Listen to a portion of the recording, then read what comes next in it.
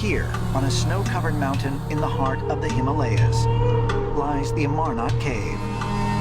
Every summer, thousands of Hindus make the treacherous journey through the steep terrain to witness the formation of a massive vertical ice stalagmite thought to represent Lord Shiva, one of the most powerful gods of Hinduism. According to mythology, it was in this cave that Shiva revealed the secrets of creation to his goddess wife, Parvati.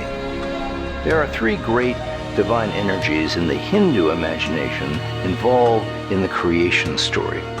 Brahma actually creates things. This is the great god Brahma, brings things into being.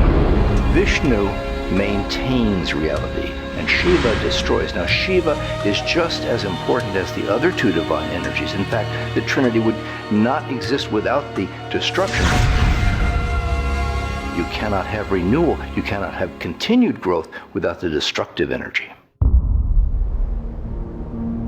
In Hinduism, Shiva is often pictured with a trident, the prongs representing his three fundamental powers: will, action, and knowledge. He is also often illustrated as having a third eye in the middle of his forehead. But why?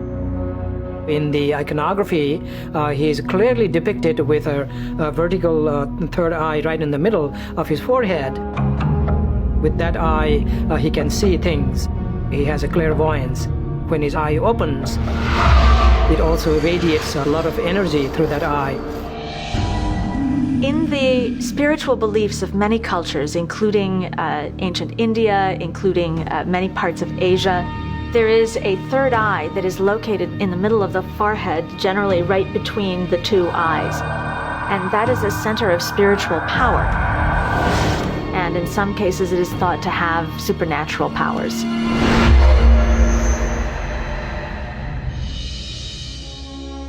In the principles of Freemasonry, there is a consistent and recurring notion that two sides or pillars can only find balance by the addition of a third center structure. This center structure is often represented as a mystical or third eye. But why?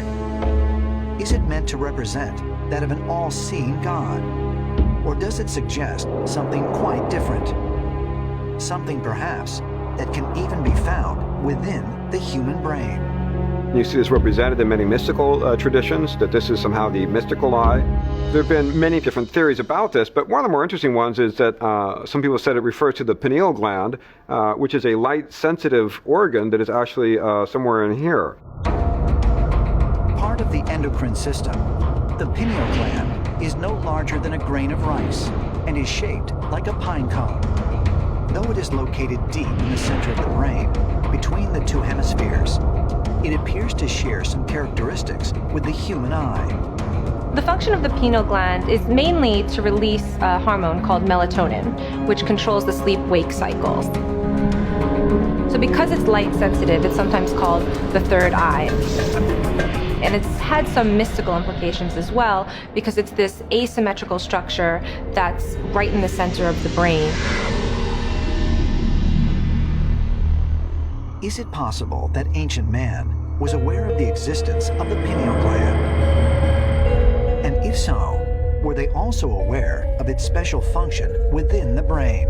From the earliest stages in human history across a broad spectrum of cultures, this idea of the pineal gland being a mystery gland that is somehow related to enlightenment or a mystical experience is something that we see widely.